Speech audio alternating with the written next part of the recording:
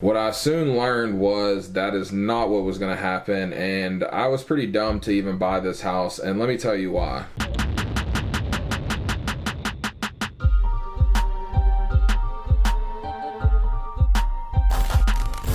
What's up, guys? Welcome to the channel. My name is Derek, aka Flippingahouse, and if you're new here, we talk real estate, financial literacy, and just how to get better. And today is no different. We're going to be diving into a deal that we recently closed, and I'm not going to lie to you guys, we lost over $100,000 on this deal. So we're going to talk about all the things that went right, all the things that went wrong, and how you can learn and evolve in a changing market like we have today. So stick around, it's going to be a good one. So if you guys remember back a couple of months ago, I made a video talking about a $500,000 flip that we purchased.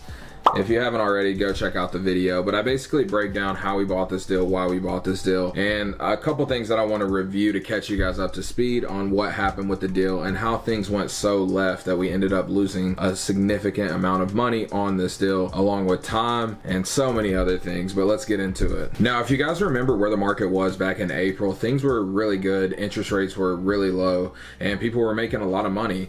And on average, our flips were selling from $10,000 to $15,000 over asking. So this is even with us running conservative numbers, and it really helped out because we had some deals go sideways, so things were good. And the reason I felt comfortable purchasing this deal is because Friendswood is on the southeast side of Houston. It's a really strong neighborhood, the comps are good, the houses are typically newer, and you know, it's a good area to invest in. We've done, I think this was our third deal that we've done out there, and the first two we did really good. I think we made $40,000 on the first deal and around $25,000 on the second deal, so not bad. So because of this, I felt really comfortable purchasing another home in this area. So I was on Facebook one night, as I usually am, and I saw this deal, and initially they were asking $425,000 for the home, and I called the guy, tried to put a deal together because I looked at comps, and at the time houses were selling around $800,000 in this neighborhood. So I knew at $450,000, no matter how much work it needed, unless it was a fire damaged home, that we could probably make some money on the deal.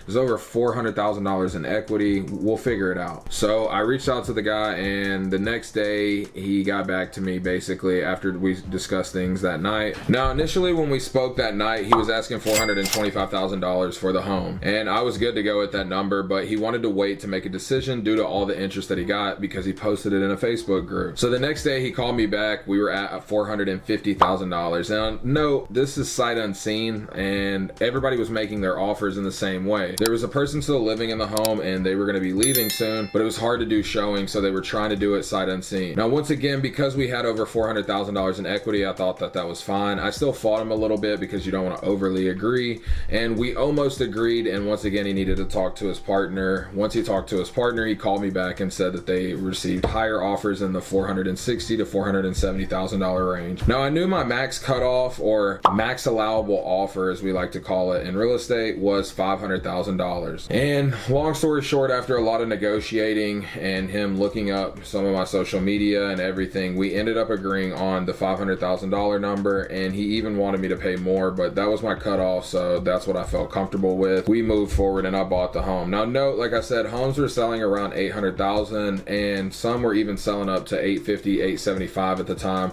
Once again, this is back in April where interest rates were, you know, still in the mid threes, so you know, the buying power was just a lot stronger then. And I made an assumption about the market that we could sell the home for around $750,000, come in under market, provide a great product, and be able to sell the home pretty fast and even sell over asking. What I soon learned was that is not what was going to happen, and I was pretty dumb to even buy this house, and let me tell you why. Now, at this point, a lot of people are probably thinking you couldn't lose money. Why would you not buy this house, right? Like, you have the experience, you've been doing this. The reason that it was not a good buy in the first place, because you make your money when you buy in real estate, is because it was outside of our parameters or our buy box. Now, I tell every new investor when you're going to get into real estate, figure out what your buy box looks like, your criteria, your area, and how much you are willing to spend based off of how much cash reserves you have and lenders you have in place. Now, for us, we can buy a lot of properties because we use private money. However, we like to stay within the buy box of $350,000 ARV, or what the home is worth, and under. Now, the reason being is because in Houston, the average home home sale price now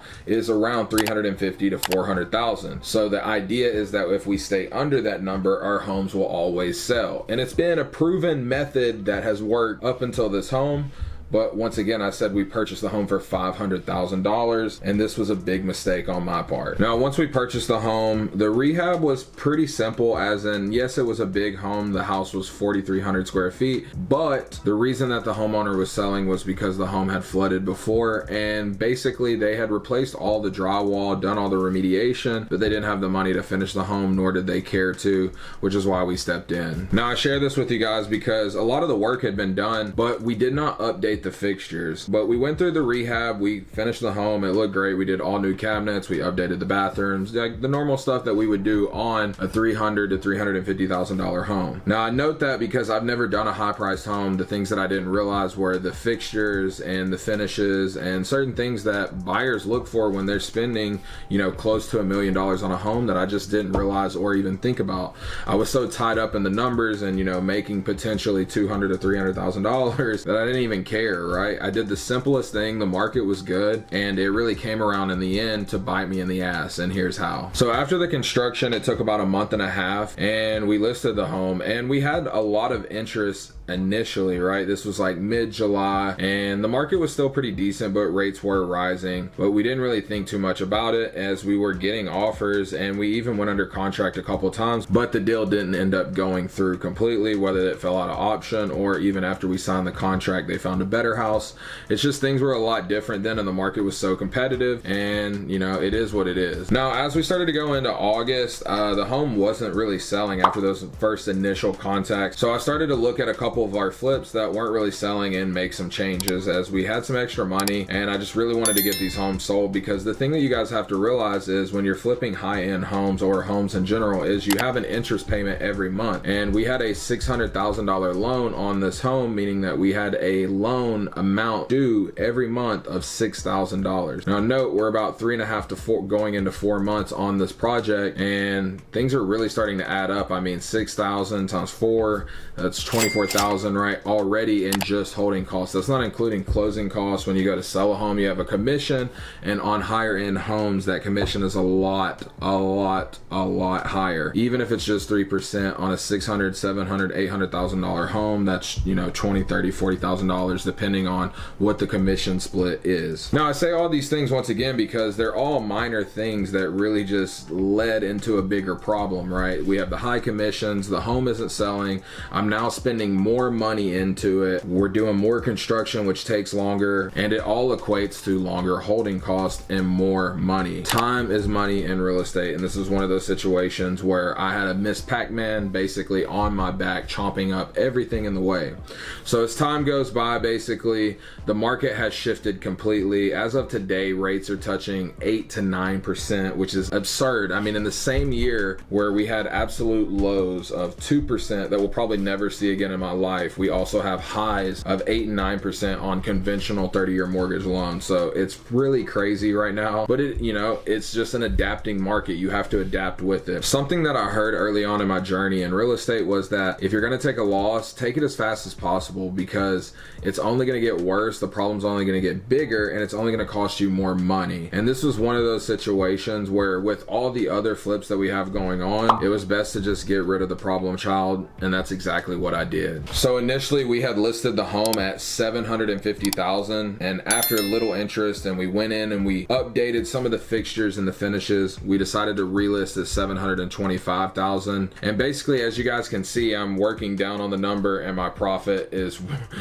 basically getting smaller as the walls are squeezing in, right? We have all the holding costs coming from down here and commissions and new closing costs, and we have price drops up here and commissions again, and then we get to this point where there's a little bit of money that can be made, and that's basically where I was. We signed a contract with a cash buyer at $715,000, and at the time that was a win because it was a 2-week close, so they can make the problem go away. Now, I talked to my business partner and we decided that was best, for given that the rates are just continuously climbing, and we took the offer. Now, after going through inspections, and they required a new roof, and because the market has shifted, the power is now in the buyer's hands, I didn't really have an option but to agree because we were going to close in less than 7 days. Now, to look back when we initially bought the home for $500,000, the plan was to put $100,000 into it and sell it for $750,000 to $800,000. After closing costs and commissions, we were projected to make over $120,000. Now, given all the holding costs, because it's been over 6 months now, I had to extend the note. When you extend a note with a lender, it costs points. That was double. That was almost $20,000 more. There's so many things that went into this deal where eventually we were squeezed out.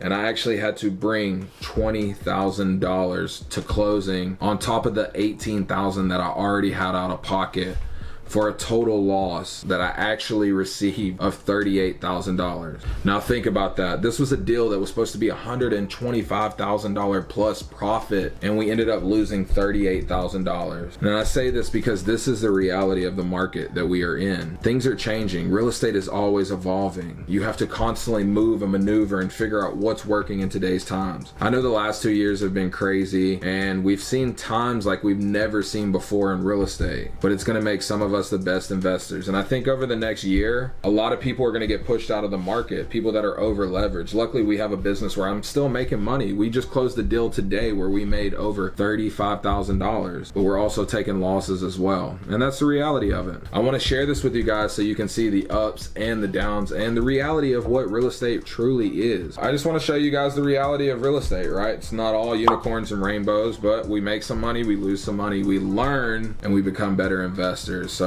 if you guys like this video, I truly appreciate it. Make sure you like, subscribe, turn on post notifications, and if you're not already, follow me over on Instagram and TikTok. Until next time, peace.